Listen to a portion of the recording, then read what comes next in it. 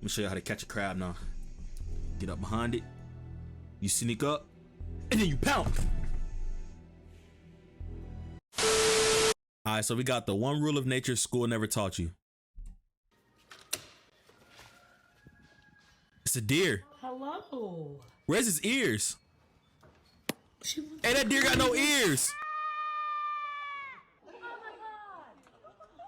Yo. You have been consistently lied to your entire life, and the biggest source of some of the most unprovoked lies is school.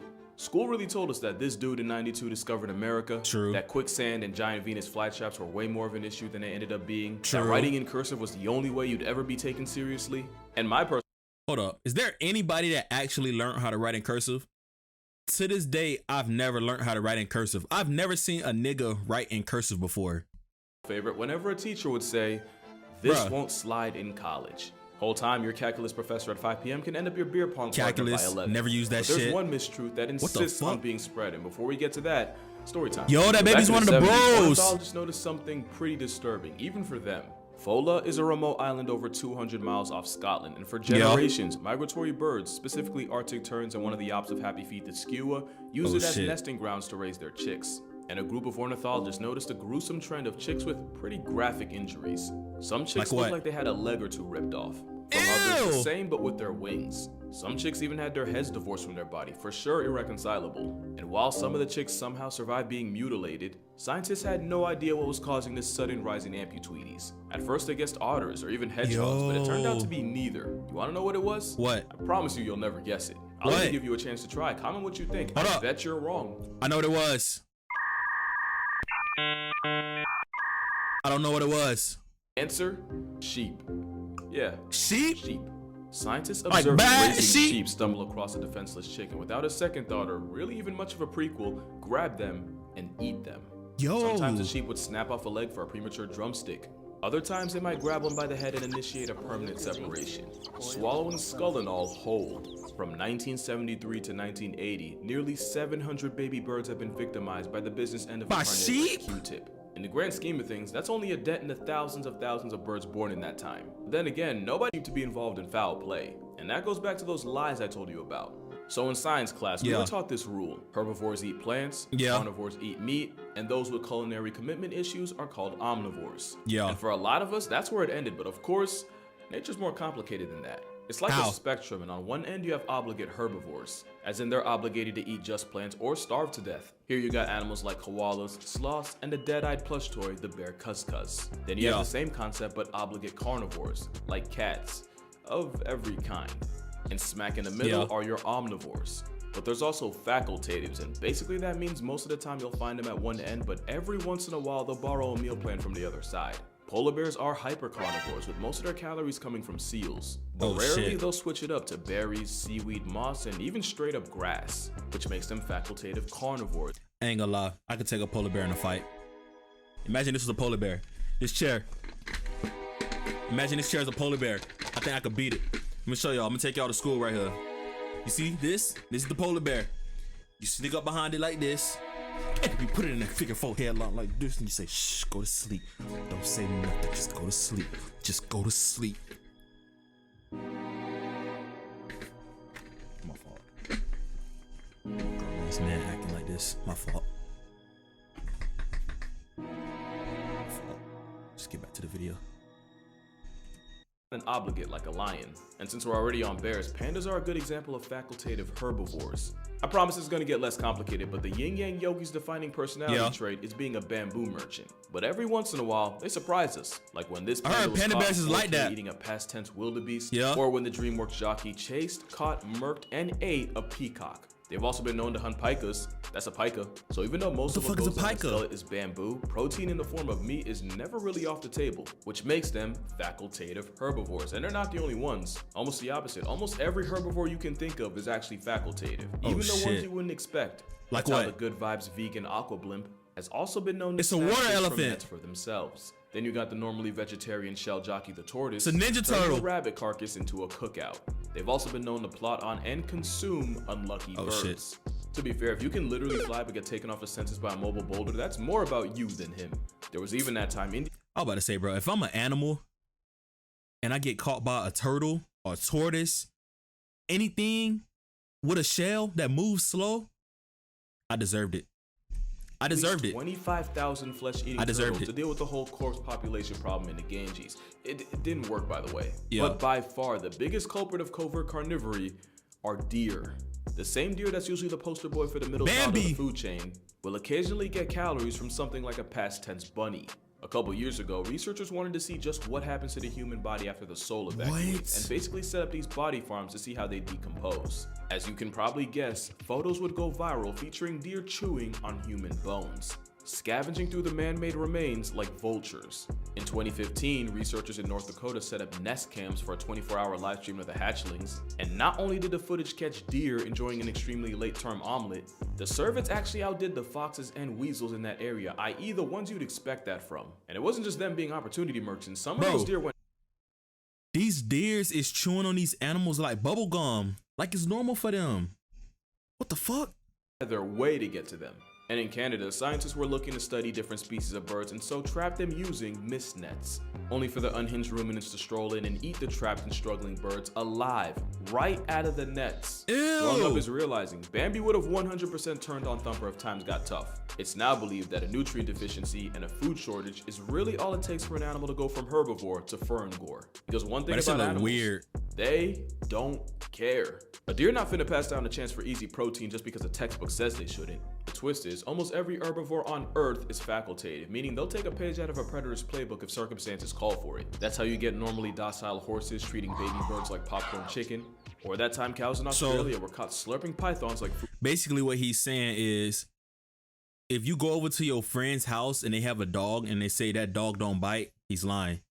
Because he's saying, because of the way science works and the way the zoology works with the Kung Fu Panda and the interlocking chains of sciencey shit, because every animal eats humans and bites humans, and yeah, Dr. Umar said it. All because they were apparently fiending for phosphorus. Even giraffes. Yeah, they're not safe either. The verticality merchants of the motherland will often feed off the bones of other animals. It's a giraffe! Not really swallowing them, but more like licking and sucking on it, so their saliva can leach off nutrients like calcium and phosphorus. There have also been cases of the camel leopard cosplaying antelope snatching up birds to feed on their misfortune. So far, we've learned 3 things. Why he's standing like most that, herbivores are about as vegetarian as their options. 2, baby birds are really the Kit Kat bars of nature. And 3, now you see why Marty did everything in his power to get up out of there. His entire friend group would have had his hide if it got to that point. Which of course brings us to hippos, and this is where things get complicated. At this point, it probably surprises exactly none of you that the 4-legged assassination cetacean can have a hankering for flesh. Hippos have been seen eating carcasses and even resorting to cannibalism. It's complicated because for a while we thought it was the same deal as before, just animals switching it up when their primary food source is compromised, which would make hippos facultative herbivores. There's that word again. Except more and more scientists are coming to the conclusion that hippos eating meat aren't just scavenging or being opportunists.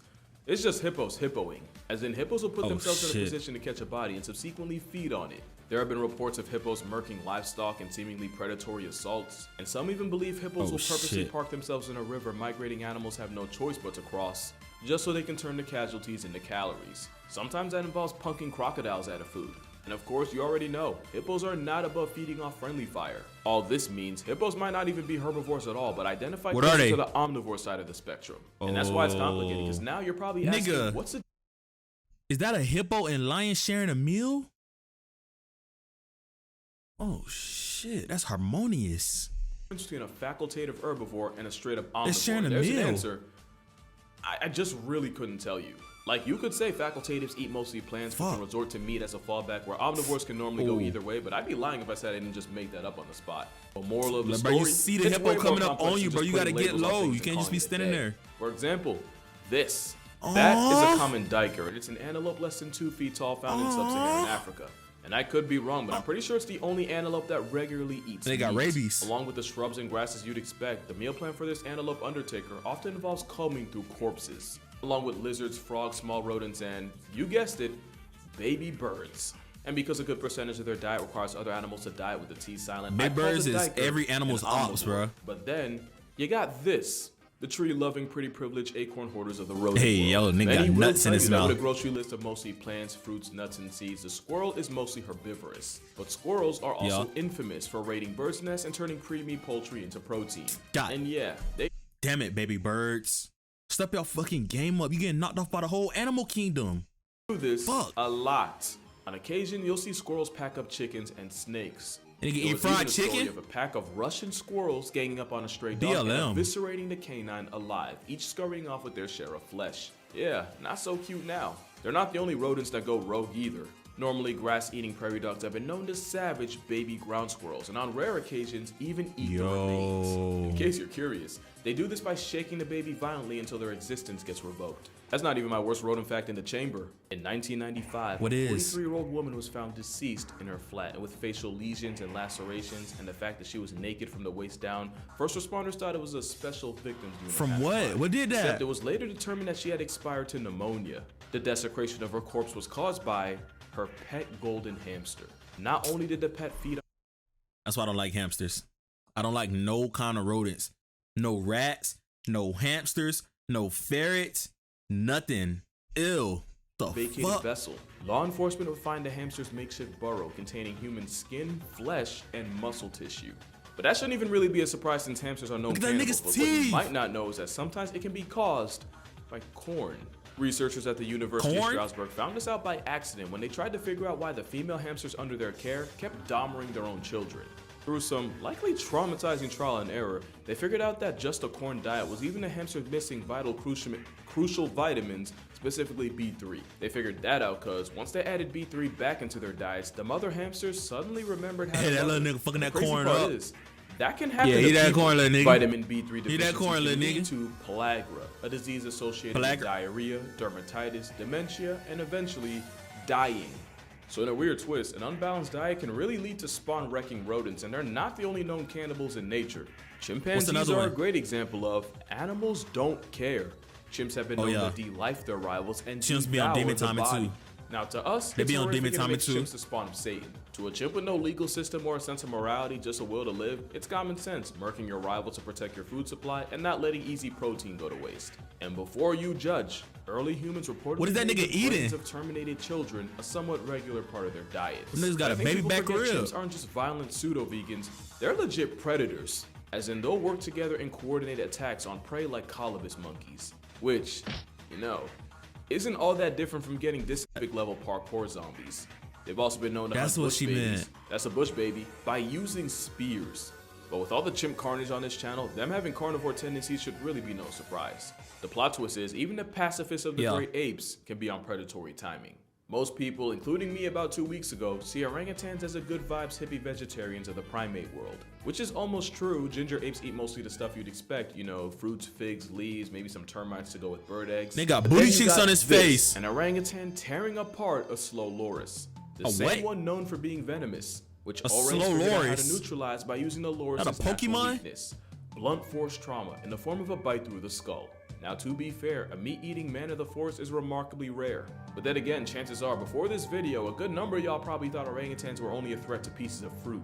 The same way a lot of people feel about toucans. Well, this roided up woodpecker, which is actually what toucans are, the more you know, has also been known to put bats. Hey, them little niggas be on the Fruit Loop box. That's the Fruit Loops bird. Yeah, that's the part Fruit Loops commercials ain't showing. They're also one of the many animals on the list of population control for baby birds. Oh, you thought that was a mammal thing? Well, oh my gosh, bro. Yo, who wrote this? God damn it, baby birds. But birds in general will eat virtually anything that doesn't pack them up in the process. Seagulls have been seen scarfing down squirrels with zero remorse, and I'm pretty sure there's at least one person in the world down a dog. Maybe I should call her, bro. Everything just reminds me of her. Flying Antichrist. But the biggest example of feathery f***ery is what happens on Malgus Island. This is where we go full circle. This island off the coast bird just snatched a taco out her mouth. For the thousands of Cape gannets nesting here. Which would probably be a good idea if someone ain't snitched to the pelicans. Because a population of white pelicans started traveling to Malgus just so they can swallow gannet chicks whole. Often right in front of their parents. And if one was unlucky enough to have both parents out at sea, That's just an easy lick for this Attack on Titan pterosaur. It gets worse when you realize that half-digested, fully molested baby birds often end up being regurgitated for the pelican progeny to eat. And you thought they just ate fish. Predators come in many forms, and one island in the Pacific is home to one of the most unlikely.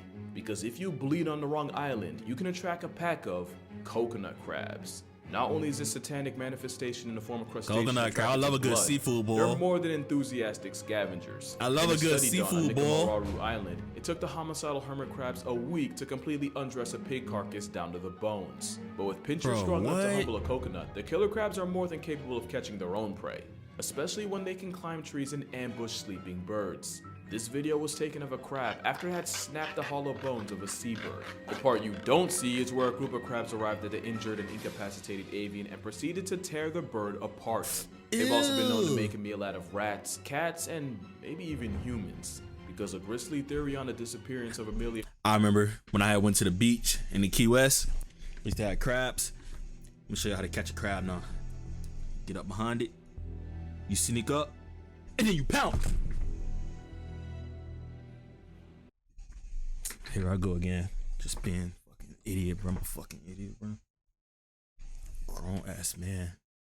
Let me just finish the rest of the video, bro. Her heart was that a cluster of crabs got to her before anyone else could. And the worst part, there's no guarantee she was relieved from life by the time they got to her. Because even though Mr. Krabs on creatine normally goes for fruit, just like most animals on Earth. No, Mr. Krabs like money, nigga. Money, money, money. Hug your loved ones, stay safe out there, and I'll see y'all in the next one. Oh, speaking of which, my eye's fine. I got LASIK, so I look like I lost the fight, but I also got the gift of sight, so... Nah, nigga, you look good, Lenny. Alright, peace out. You look good, Lenny. No homo. Oh, shit. Free that nigga. Cook it.